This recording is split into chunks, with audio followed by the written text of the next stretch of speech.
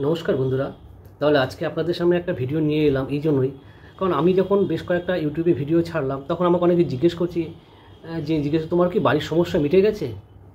তো আমি তো তাদেরকে ঠিকঠাক বলতে পারছিলাম না যে যা বাড়ির সমস্যা মেটেনি, সবেমাত্র সমস্যার প্রথম পর্ব হয়েছে। অর্থাৎ যারা আমাদের বাড়িতে হামলা চালিয়েছে, যারা অবৈধ কেনা বেচাটা করেছে, বা যারা এই সমস্ত আমাদের ওপর হুমকি দিয়েছে, টর্চার করেছে, তাদের বিরুদ্ধে আমি জাস্ট একটা এফআইআর করে এসেছি, যাতে পরবর্তীকালে এরা যাতে আমাদের উপর যাতে বেশি পরিমাণে আমাদের বাড়িতে ভাঙচুর সেকেন্ড টাইম করার আগে দ্বিতীয়বার ভাবে।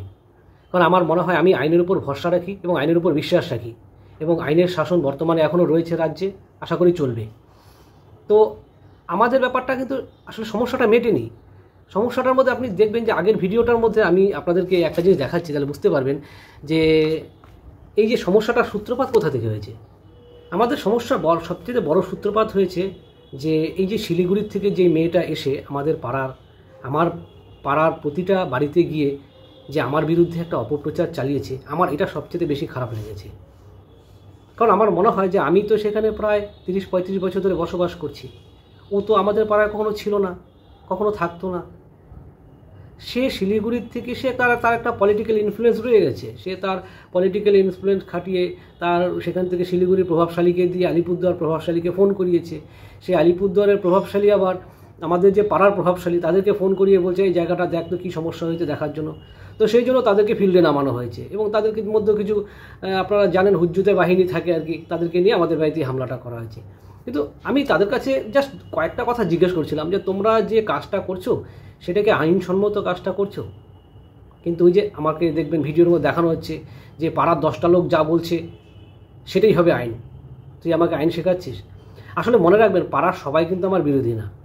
কিছু মুষ্টিমেয় যারা একটা বিশেষ দলের রাজনৈতিক দল করে আর কি, তাদেরকে সেদিন কিন্তু আমাদের মিটিংয়ে জড়ো করা হয়েছিল আর কি। আপনি ভালো করে খোঁজ নেবেন, যারা আমাকে ছোটোবেলার থেকে চেনেন তাদের বাড়িতেও যাওয়া হয়েছিল আমার বিরুদ্ধে সই নেওয়ার জন্য। কী করা হচ্ছে না, মাস পিটিশন করা হবে। আরে এরা জানে না, এত বোকা, যে মাস পিটিশন করতে গেলে তার পিছনে একটা গ্রাউন্ড থাকতে হয়, যে কিসের কোন গ্রাউন্ডে করবে, যে যার বিরুদ্ধে করবে তার বিরুদ্ধে তো তার একটা অভিযোগ থাকা দরকার যে সে চোর, গুন্ডা, বদমাশ, সমাজে বিশৃঙ্খলাকারী, তার জন্য সমাজের শান্তি শৃঙ্খলা নষ্ট হচ্ছে। তেমন তো কোনো গ্রাউন্ড নেই আমার পিছনে। কি গ্রাউন্ড নিয়ে এসেছিলো যে একটা সবাইকে যে একটাই বুঝিয়েছে, এই যে দেখো একটা 10 টাকার স্ট্যাম্প পেপারের মধ্যে এরা সই করে দিয়েছে। আমার ভাই রাজস্থানে থাকে, সে রাজস্থানে থাকাকালীন এই যে ওদের একটা জায়গা কিনছে, জায়গাটা তপু আটকে রেখেছে, জায়গাটাও ইসে করতে দিচ্ছে না, নিতে দিচ্ছে না। আমরা এতদিন ধরে বলছি, জায়গাটাও ছাড়ছে না। তো আমি তাদের কাছে একটাই কথা জিজ্ঞেস করছিলাম যে ওই আগের ভিডিওতে ও নিজে স্বীকার করছে যে ও একটা অর্ডিনারি বেড়া দিয়ে রাখছে। অর্থাৎ আমি কিন্তু সেখানে কিন্তু কোনো প্রাচীল গাঁথিনি, কোনো পার্মানেন্ট কোনো স্ট্রাকচার করিনি, কিচ্ছু করিনি। জায়গাটা শুধু একটা, ওই যে ও নিজেই স্বীকার করছে যে গরু ছাগল যাতে না ঢুকে একটু টেম্পোরারি একটা অর্ডিনারি একটা বেড়া দিয়ে রেখেছে। এটাকে আটকে রাখা বলে? কিন্তু হ্যাঁ, আমি তাকে বলেছি যে দেখো তুমি যে জায়গাটা নিছো, জায়গাটা যার কাছ থেকে নিছো বা যেভাবে নিছো, আমি কিন্তু তোমাদের জায়গাটা অবৈধভাবে তোমরা লেনদেন করছো। কারণ তুমি জায়গাটা যার কাছ থেকে তুমি নিয়েছো তার যে পাশে বসবাস করে তাকে তুমি জিজ্ঞেস করেছিলে? তো একটা কথা মনে রাখবেন, তার আগের ভিডিওতে 3 মিনিট 35 সেকেন্ডে যে অংশটা আছে আপনারা একটা শুনবেন, সেখানে ও নিজে মুখে স্বীকার করছে। কেন আমি কি শিলিগুড়ি থেকে এসে সবার বাড়িতে জিজ্ঞেস করো, কী গো তুমি জায়গাটা নিলা না কেন, জায়গাটা কিন্তু তুমি নিবা? ও কিন্তু এই কথাটা কিন্তু বলছে, কিন্তু অর্থাৎ ও নিজের মুখে স্বীকার করছে যে ও কিন্তু কাউকে বলেনি, জায়গার পুরোপুরি কার্যকলাপটা তারা চুপিসারে করেছে। তা আমি বললাম যে যখন তুমি নিছিলা জায়গাটা এরকমভাবে, তখন কি পাড়ার 10টা লোককে নিয়ে আসছিলা? তখন কি পাড়ার কাউন্সিলরকে নিয়ে আসছিলা? আজকে তারা বাড়িঘর আমাদের ভাঙার জন্য নিয়ে আসছো বিরাট একটা হুজ্জুতে বাহিনী, তাদের যে প্রভাবশালী কাউন্সিলর, তাদেরকে কি তুমি সেই কেনাবেচা করার সময় তুমি রেখেছিলে? এই কথাটা একবার জিজ্ঞাসা করবেন, তাইলেই বুঝতে পারবেন ব্যাপারটা কী হয়েছে। আসলে আমি কিন্তু ওর সাথে কোনো ঝামেলা করতাম, আমি শুধু বলছিলাম যে দেখো জায়গা তুমি নিতেই পারো, কোনো আপত্তি নেই, তুমি 10 টাকা স্ট্যাম্প পেপার নিয়েছো না 20 টাকা স্ট্যাম্প পেপার দেখার দরকার নেই। তুমি এক কাজ করো, জায়গাটা হচ্ছে আমার মা ওয়ারিশন, তুমি যার কাছ থেকে নিয়েছো তার বোন সেও ওয়ারিশন। তো ঠিক আছে, তাহলে আমাদের দুজনের জায়গার ওয়ারিশন অনুযায়ী কোথায় কোথায় জায়গাটা মাপ পড়ছে, কোথায় খুঁটি বসবে, তুমি একটা সরকারি আমিন নিয়ে আসো, নিয়ে এসে জায়গাটা ডিমার্কেশন করে দাও, ডিমার্কেশন করে খুঁটিটা পুঁতে দাও যে এইটা হচ্ছে সরকারি ওয়ারিশন অনুযায়ী পার্টিশন, এই পার্টিশনের ওপারের অংশটা আমার বা এইটা অংশটা ওর। আমাদের কোনো আপত্তি ছিল না। কিন্তু তুমি পার্টিশন করবে না, পার্টিশন ডিড করবে না, হ্যাঁ, তুমি কোনো সরকারি আমিন নিয়ে আসবে না মাপঝোঁক করার জন্য, নিজেরা ফিতা ধরে নিজেদের মতন করে গা জোয়ারি করে খুঁটি বসাচ্ছে। কী করে না, এখানেই খুঁটি বসাতে হবে। আমি সেই ভিডিওগুলো প্রকাশ করব যে এর আগের বার যখন তারা ঝগড়া করতে এসেছিল, যে কি করে তারা গা জোয়ারি করে বলছে না খুঁটি এখানেই বসাতে হবে, অর্থাৎ তাদের যে গা জোয়ারি ওটাই হচ্ছে আইন, এটাই তারা প্রমাণ করার চেষ্টা করে। আমি যে দেখো, যতদূর আইনের কথা বলে তোমরা এটা পুরোপুরি বেআইনি কাজ করছো। তুমি জোর জবরদস্তি করে এগুলো কাজ করতে পারো না। তুমি সরকারি একটা আমিন নিয়ে আসো। আমার মা, তারা 2 বোন আর তারা আছে 3 ভাই, মোট 5 জনের মধ্যে 5টা অংশ ভাগ হবে। তুমি সরকারি আমিন দিয়ে সেই জায়গার পার্টিশনটা করে দাও, আমাদের কোনো আপত্তি নেই। তারপর তুমি কিনবে না তোমাকে সে দানপত্র করবে, আমার কোনো আপত্তি নেই। কিন্তু ওই যে বললাম না যে এখনকার যুগটা হয়ে গেছে জোর জুলুমের যুগ। আমি কিছু পয়সা ছড়িয়ে দিলাম, কিছু পলিটিক্যাল প্রভাব খাটালাম, এবার আমার যা মন চায় আমি সব করে নিলাম। কিন্তু আমি আমার মতন করে লড়াই করার চেষ্টা করছি। আমি কিন্তু সেই ময়দান ছেড়ে সরে আসিনি। থানায় আমার এফআইআর করা আছে। এবার সেই ব্যাপারটা কোর্টে উঠবে, কারণ আমি সেটা এডিএম ডিএলআরওকে জানানো আছে যে এরকম কোনো পার্টিশন ডিড করা হয়নি, পার্টিশন করা হয়নি, বন্টননামা করা হয়নি। তারা নিজেদের মধ্যে এরকম করে জোরজবস্তি করে কেনাবেচা করে ফেলেছে। এমনকি আমার মার পাশের অংশটা কেনা হয়েছে, আমার মাও সেখানে কিন্তু সই দেয়নি, কোনো এনওসি দেয়নি। তো সেটা কোর্টে যখন যাবে, যে বিক্রি করছে তাকেও কোর্টে যেতে হবে, যে কিনেছে তাকেও কোর্টে যেতে হবে। যে বিক্রি করছে তাকেও বলতে হবে তুমি কিসের ভিত্তিতে বিক্রি করেছো, আর যে কিনেছে সেও তাকেও প্রমাণ করতে হবে তুমি কিসের ভিত্তিতে কেনাকাটা করছো। কিন্তু এখানে একটা কথা আছে, যে বিক্রি করেছে, আমি তা শুনছি ব্যাপারটা, ওই আগের ভিডিওতে বলেছে যে লকডাউনের সময় সে বিপদে পড়ে তার ভাস্তার কাছ থেকে 1 লাখ টাকা ধার নেয়। তো ধারের একটা নির্দিষ্ট সময় নাকি সে দিয়েছিল, 6 মাসের মধ্যে দিয়ে দিবে বা কিছু একটা, তো বোধহয় সে হয়তো দিতে পারেনি।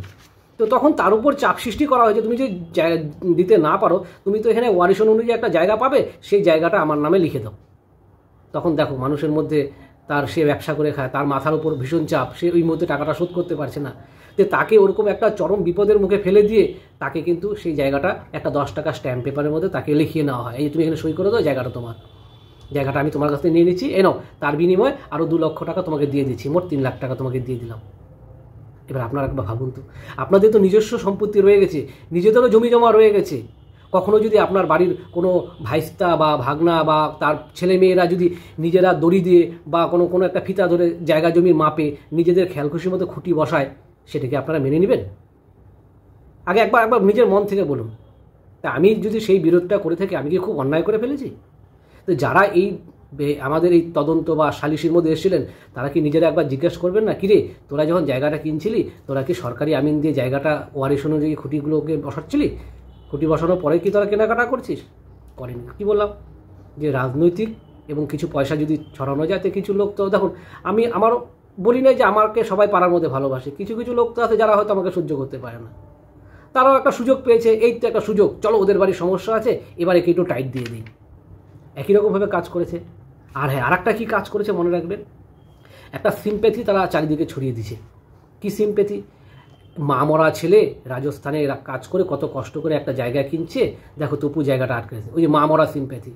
কেন রে বাবা, তুই যদি জায়গা কিনবি, আজকে কেউ যদি কোনো জায়গা কিনে, সে কি তার আশেপাশে সমস্ত কিছু দেখে শুনে সে জায়গা কিনবে না?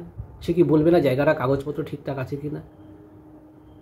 তো যাকে তাকে কাজে লাগানো হয়েছে, তাকে সিম্প্যাথি দিয়ে। কিন্তু আরেকটা অংশ আবার দেখবেন যে সে স্বীকার করছে, শিলিগুড়ি নিবাসী, বলছে যে না, জায়গাটা তো আমিই নিছি, আমিই কিনছি, আমার কাছে আমার ননাসের থেকে টাকা দিয়ে জায়গাটা, আমার জায়গা, আমি বুঝে নিব না। আর আজকের ভিডিওতে আরেকটা জিনিস দেখাবো, বললো না যে মাত্র 2-4টা গাছ কেটেছে, ওই একটা কি আম গাছ আর একটা কি লিচু গাছ। এবার ভিডিওটাতে দেখুন যে কোথায় কোথায় কী কী গাছ কেটেছে। আর আরেকটা কথার মধ্যে সংযুক্ত করতে চাই, ওই যে বারবার করে বলে না যে মা মরা ছেলে জায়গা কিনছে, কেন মা মরা ছেলে কি থাকার কি ঘর নেই?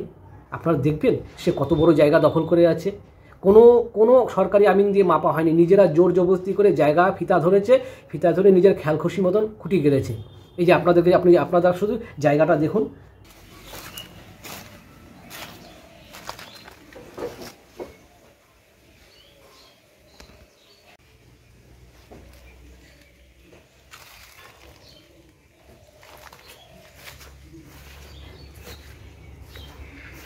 এই যে দেখুন কত বড় জায়গা দেখছেন, এই যে নিজের মতন করে টিন দিয়ে বেড়া দিয়ে দিয়েছে।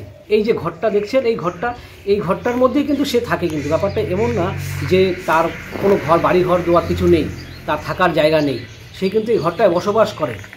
অর্থাৎ এই জায়গাটা মানে দিদা যতদিন বেঁচে ছিল দিদার অংশ হিসেবে ছিল আর কি। এই যে দেখুন কত বড় জায়গা নিয়ে সে একটা টানা বেড়া দিয়ে দিয়েছে। কখনো কিন্তু এই জায়গাটা কিন্তু সরকারি আমিন দিয়ে মাপেনি, অর্থাৎ এত বড় জায়গা সে দখল করে নিয়ে বসবাস করছে। এবার তার একটা পাশে একটা অংশ রয়েছে তার বাবা পেয়েছে।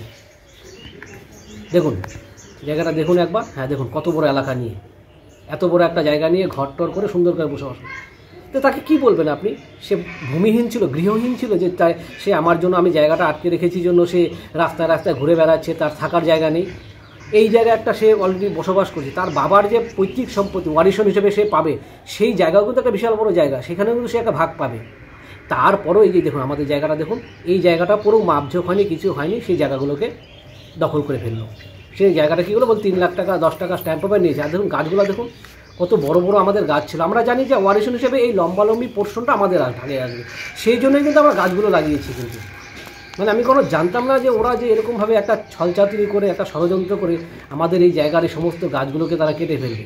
এই যে দেখুন নারকেল গাছটা দেখুন কত বড় হয়ে গেছিলো আমাদের নারকেল গাছটা। দেখুন এত বড় একটা নারকেল গাছ সে কিন্তু কেটে ফেলে। কিন্তু সত্যি মানে এতগুলো গাছ কাটার পরে মানে আমি নিজেও নিজেকে সামলে রাখতে পারছি যে আমাদের কষ্ট করে লাগানো এতদিনকার বড় করে রাখা গাছ সব গাছ কেটে ফেলেছে। কারণ আমরা গাছ লাগিয়েছি এই জন্য, কারণ আমরা জানি এই পোর্শনের লম্বা অংশটা আমাদের ভাগে আসবে, সেই হিসেবেই কিন্তু আমরা ধরে রেখেছি। কারণ সরকারি আমিন যখন মাপবে তখন পেছনের অংশটা আমাদের পোর্শনে আসবে আর কি। কারণ সামনে তো আমরা যাবো না, কারণ আমার মা ধরেই বলেই দিয়েছে যে আমার ভাইয়েরা সামনের রাস্তার সামনে তারা সামনের অংশটুকু তারা থাকবে। আমার মা এবং মাসি দুজনে বলে দিয়েছে, না বলছে সামনের অংশতে আমরা যাব না। তো যাকে দেখুন আপনারা কী করে তারা ভাঙচুরটা চালিয়েছে। এই যে দেখুন এটাই যেটা দেখছেন না, এটা আমাদের বিশাল বড় এটা তেজপাতা গাছ ছিল, সমস্ত গাছটাকে কেটে ফেলেছে। এই দেখুন কীভাবে নিজেদের মতন করে ওই বেড়াটাও যেমন দিয়ে দিয়েছে, এখানে এই বেড়াটাও কিন্তু ওরা কিন্তু দিয়ে দিয়েছে।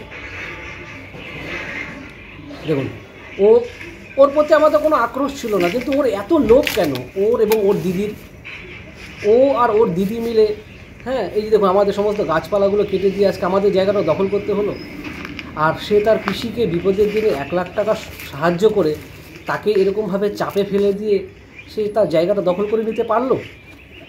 আপনারা একবার বলুন তো, আজকে 1 লাখ টাকা লকডাউনের সময় কাউকে হেল্প করতে যাওয়া দিয়েছে, তার জন্য বলছে যে তাকে 6 মাসের মধ্যে টাকা ফেরত দিতে হবে, সে রাজস্থানে জায়গা কিনবে। অর্থাৎ সে কিন্তু বলছে সে কিন্তু এখানকার বাসিন্দা না, সে কিন্তু রাজস্থানে, এতদিন অবধি সে রাজস্থানের বাসিন্দা, সে রাজস্থানে জায়গা কিনবে বলে সে কিন্তু টাকাটা চাইছে। আর আমি যতদূর জানি সে রাজস্থানের আধার কার্ড, তার রাজস্থানের ওই ভোটার কার্ড সব কিছু। আর আমরা সেখানে প্রায় 35-40 বছর ধরে বসবাস করছি। আমাদের কাউকে না জানিয়ে, আমার মাকে না জানিয়ে তারা নিজেদের মধ্যে ওই মুহুরিকে দিয়ে একটা কাগজে লেখাপড়া করে সই করে তারা জায়গা দখল করে ফেললো, জায়গা কিনে ফেললো। তো সেই জন্যই আমি কোর্টে গেছি। কোর্টে যা বলা হয়েছে যে এবার থেকে যে জায়গা বিক্রি করেছে, জায়গা কিনেছে, দুজনকে সেখানে হাজির থাকতে হবে এবং আমার মাও সেখানে থাকবে, যে আমাদের যে অন্যায় অবিচার করা হয়েছে তার ফ্যাসলা এখন কোর্টের মাধ্যমেই হবে। তো এই ছিল আপনাদের কাছে মোটামুটি একটু জানানোর দরকার। আপনারা অবশ্যই এই ব্যাপারগুলো জানেন। আর দেখুন যে আমি চাই না, আমি যেহেতু কলকাতায় থাকি, হ্যাঁ থাকার জন্য আমার বাড়ির নিয়ে সবসময় একটা চিন্তা হয় আর কি, যে এরকম মানে আপনি রাত বিরেতে দেখবেন একটা ওই ড্রিঙ্ক করে এসে গালিগালাজ করা শুরু করছে আর কি। মানে এমন একটা চাপ সৃষ্টি করা হচ্ছে যাতে আমরা যাতে ওই জায়গা ছেড়ে বেরিয়ে আসি। কিন্তু আমি তাদেরকে বলে দিই, দেখো এটা আমার জন্মভিটা, আমার তুমি যদি গলা কেটেও ফেলো তাও আমি আমার জন্মভিটে ছেড়ে আমি কোথাও যাব না। কারণ আমি এখানে জন্ম হয়েছি, আমি এখানে ছোটোবেলা কাটিয়েছি, এখানে বড় হয়েছি, এখানে আমি পড়াশোনা করেছি, এখান থেকে আমি পড়াশোনা করে চাকরি পেয়েছি। তাই আমি অন্য যারা কে কী করে জানি না, কিন্তু আমি আমার এই জন্মভিটা কিন্তু কখনোই ছাড়ছি না। এই দেখুন ওই যে ঘরটা দেখেছেন,